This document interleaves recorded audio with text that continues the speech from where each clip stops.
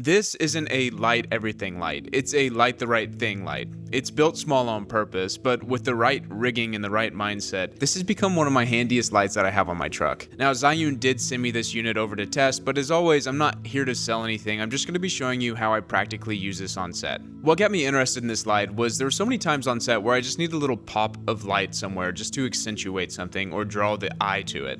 Now, on this truck, I have a lot of larger units. I've got 3 of the B500s, I've got a 1200X, I've got a 2000, I've got the P300C, I've got a set of the MCs and the MC Pro, but I wanted to be able to put the light on a Eleiko so I could get a harder source, I could dial it in a little bit better, and that's where the X100 really intrigued me. As you can see, I run a medium-sized 1-ton grip van. This is the Mercedes Metris, and because it's not the world's largest van, I've got to be very mindful of what I put in the truck. So the amount of storage space that a unit takes is very important to me.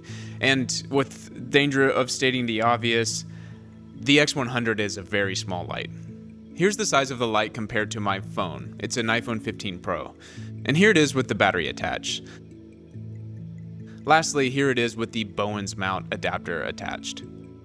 It's not a very big unit, and a lot of the times I either just leave it on the top of the cart or I throw it in my B500 case. Something else that I do a lot is tourism pieces, and a lot of the times those are pretty small crews and you've got to be pretty scrappy and nimble. So the fact that this can fit in a backpack, I could probably fit 10 of them in a backpack, was very attractive as well. I haven't been able to use this light on a tourism shoot yet, but I have been using it on quite a bit of commercial and corporate content. Over the month or so that I've been running this light, I've used it in several different ways. I've used it as a handheld key light, a handheld edge, a traditional key light, as well as just a work light on my cart. And what makes that possible is the accessories that were included in the kit. And my favorite accessory is the Bowens mount adapter. Now, this light has a proprietary mount, which I understand is needed for the size of the light, but practically whenever I'm using this on commercial or corporate gigs, I have a lot of accessories already for Bowens mount, so it's cool that it comes in the kit. And that adapter not only allows you to use Bowens mount, but also gives you the ability to use an umbrella or mount it to a baby pin like a C-stand or a Beefy Baby. In the kit, you also get a very small softbox, a baby reflector dish, a power adapter, a case, as well as a battery. And that's something I want to talk about. Something that's genuinely really cool about this light is you have several different ways that you can power it. You can power it via the wall adapter that comes with it, PD USB-C, so if you had a strong power brick or a strong battery bank, you could power it with that on travel gigs. And then lastly, it has a battery that's removable. Now, the battery itself is manufactured really well. The aluminum is nice, the quick release is really nice, but I've seen some mixed reviews online about the battery's longevity. Now, here's what I think's going on with that. There's a lot of reviews online talking about how the battery goes dead, like maybe it lasted a month, maybe it lasted a year, but then they're unable to get it charged again. And here's what I think's going on. I've had a lot of experience with different lithium batteries over my career, and I've noticed that some batteries, if you let them go completely dead, they won't charge again. For some of those batteries, I've been able to save them by wiring them in series, give them a small boost so that the charger recognizes them. But for others, I haven't been able to do that. It's never good practice to run a lithium battery all the way down to 0%. So what we see a lot of the times in like an electric car, for example, is the battery management system, or the BMS, will read that the car is at 0%, but in real life it might be like 5%. So what I think is going on with this battery is that they're allowing the battery to be completely drained to 0%. Now, if you let the battery sit at 0%, a lot of the times if you let it set at 0% for too long, like you ran it to 0% and then you flew home and then you try to charge it, the battery doesn't recognize that there's a battery in there to be charged. So that being said, what you really need to do is if you run this battery to 0%, you need to put it on a charger immediately. Now, I reached out to Zhiyun and I asked them about this. They said that it's been fixed in the newer versions of the battery, but that's not something that I've necessarily tested myself because I enjoy using that side handle grip battery and it's not something that I want to risk right now. All that said, I did reach out to a friend who had a battery that went bad on one of these units,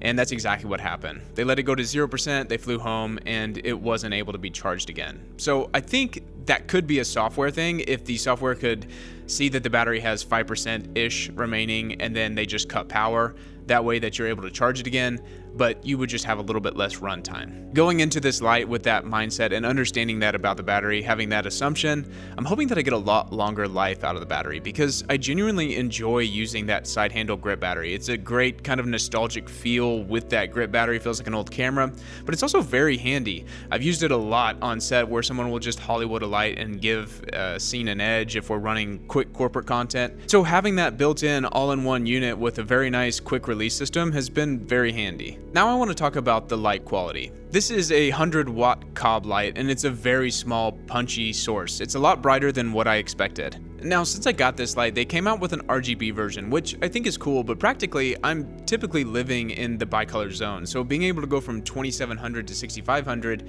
really checks a lot of the boxes for what I'm doing on a day-to-day. I haven't actually got to use this light as a small, punchy call-out light that I originally thought that I would use it for, but I have used it as a key for an interview, some B-roll, as well as an edge light. And really what this light has developed into is that 1% difference maker. Whenever you do run and gun B-roll, sometimes it's easy to fall into the motions and just shoot a shot, but this light makes it so easy to grab an edge or put a small key on somebody that it makes that 1% difference in those shots. The light itself is very intuitive to control. It's got a power button as well as two dials, one controlling the temperature and one controlling the intensity. And something else that I really love about this light is how it integrates with the ZY Vega app. That's the Zhiyun app that integrates with all of my B500s. So whenever I have all my B500s up and then I have this light running as well, I'm able to control all of the lights under this one app. I've used the ZY Vega app for about a year now, and I absolutely love it. It's super easy to use, and it's a lot faster than some of the other apps that we have for other light brands. To sum it up, let's go through a list of pros and cons. For me, the pros are it's very portable, it's very powerful, it's bicolor, it's got multiple ways to power it in case you forget to charge your battery, you forget your power ballast. You could even run to the store and just grab a PD USB-C power brick. It uses the ZY Vega app, which having an app on a light like that is super handy. And then this kit comes with several really cool accessories and gives you the ability to use Bowens mount. Now, for the cons, even though I understand why it has a proprietary mount, still makes the list just because I don't like being in a proprietary mount system on anything. But the adapters help fix that, so it's kind of a wash. All in all, I think that this might be the perfect travel light. I haven't used it in that setup yet, but I also think that it's a very, very strong and capable daily utility light. It's not replacing the B500 or a 300D, but if you run a compact setup, I think that this is a no-brainer. My name's Keaton Nye, and I'm sharing my journey and what I've learned along the way. If you enjoyed this video and want to continue growing together, consider subscribing. This is just the beginning of the conversation.